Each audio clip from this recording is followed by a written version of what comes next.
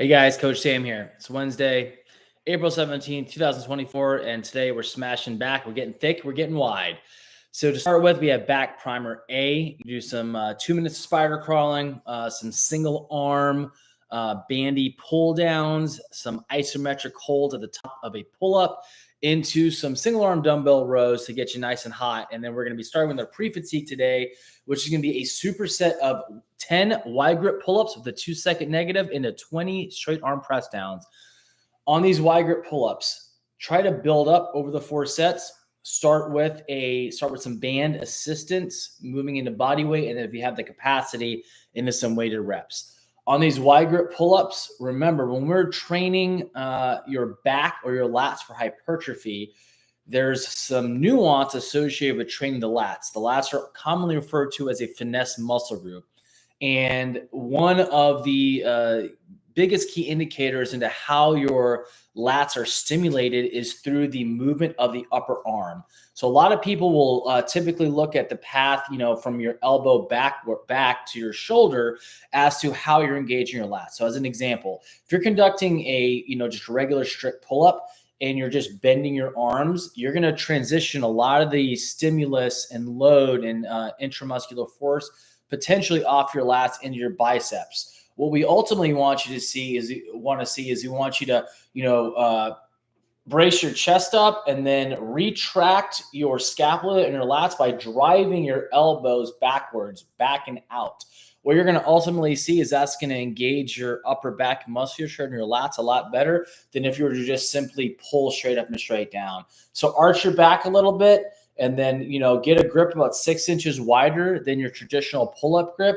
And then make sure that you're actively pulling your upper arm back and down towards your hip versus closer into your bicep there. That's going to influence the way your lats are engaged a lot better. And then for those straight arm press downs, grab a band, put a PVC pipe through it, and then, orient yourself at about a 45-degree angle. And then on the way down, get a good, nice contraction when you come to your hips. And then on the way up, get a good stretch at the top. When you come to the top, the stretch, the eccentric portion, the negative portion of a movement is going to incur a lot more muscle damage, and you're going to feel a hell of a lot more of a pump than if you were going to truncate the range of motion. There's always a good, a goodness in doing lengthened partials, but for something like this, we definitely want you to focus on getting a good stretch there. All right, then for our heavy mechanical loading movement, we have our Meadows row, which is going to be a single arm rowing movement with the barbell put into the landmine. We're going to be building up over 4 sets from an RPE 6 and RPE 9 from 15 reps per arm into set 1 and 2, into 12 reps per arm into set 3, into 10 reps per arm into set 4. Take a look at the video for this movement. I highly recommend you guys use straps for this because the barbell sleeve can be thick and we don't want your grip to be the limiting factor when you're training your back.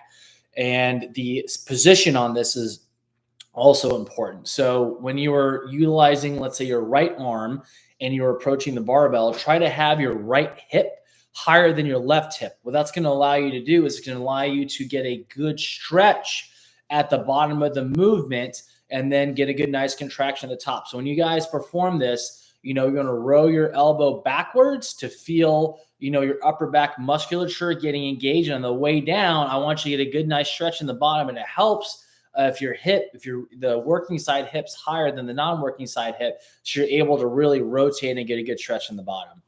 Then for our next heavy mechanical loading segment, we have a superset of barbell bent over rows with an underhand or supinated grip into dual dumbbell chest supported rows. So we're going to be hitting set 1's going to be a set of 12 underhand heavy bent over barbell rows into double the reps, 24 for those chest supported rows.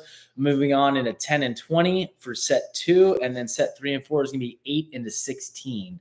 So for these, we're looking to build up across those 4 sets. This is going to definitely feel like there's some metabolic stress being induced after the 16 heavy, 24, 20, and 16 and 16 chest supported rows there. So pick your loading appropriately there so you can bang all those out in one set unbroken.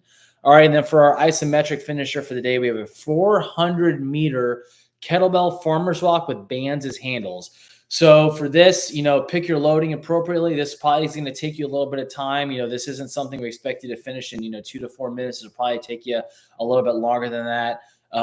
Grab 2 kettlebells and then strap some bands around it. You're going to use those as your handles. The oscillations there is going to be challenging and difficult, and that's ultimately what we're looking for here. And, feel free to break as needed, but, try to challenge yourself into going, at least hopefully 50 meters at a time before you have to set the kettlebells down. And then we have your conditioning options for the day. Take a look at those. Make sure you're trying to hit those, looking for at least 3 days a week to promote some recovery. And then, make sure your cardiovascular health is also in check. We have our optional core work in our optional Thunder Broga. That's in there as well. And if you guys are in a 30-day shred group, make sure you're hitting your fasted cardio and or depletion work. And then hit us up in our social media. Tag us on Instagram with the training videos and hit us up on the Thunder Road Family Facebook page. All right, guys, have a great training day.